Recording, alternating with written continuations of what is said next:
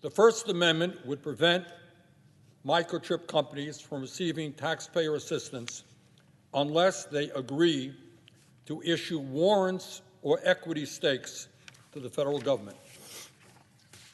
If private companies are going to benefit from over $53 billion in corporate welfare, the financial gains made by these companies must be shared with the American people, not just wealthy shareholders. In other words, all this amendment says is that if these companies want taxpayer assistance, they're not going to socialize all of the risks and privatize all of the profits. If these investments turn out to be profitable as a direct result of these federal grants, the taxpayers of this country have a right to get a return on that investment. That is not complicated, nor is it a radical idea. These exact conditions were imposed on corporations that receive taxpayer assistance in the bipartisan CARES Act, which passed the Senate 96-0. In other words, every member of the U.S. Senate has already voted for the conditions that are in my amendment.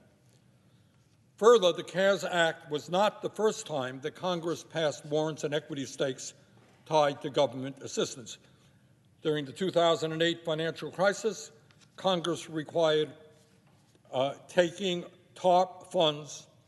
Congress required all companies taking TARP funds to issue warrants and equity stakes to the federal government.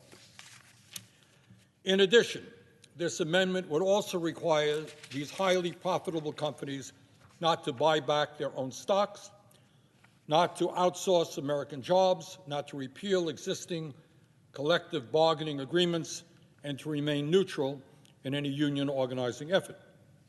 Again, this is not a radical idea. All of these conditions were imposed on companies that received funding from the CARES Act and passed the Senate by a 96-0 vote.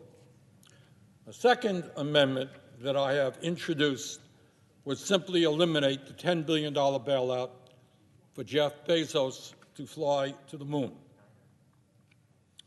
If Mr. Bezos wants to go to the moon, good for him. He has $186 billion in personal wealth. He became $81 billion richer during the pandemic. He is the second wealthiest person in America. And in a given year, Mr. Bezos has paid nothing in federal income taxes. If Mr. Bezos wants to go to the moon, let him use his own money, not the taxpayers. Madam President, I yield the floor.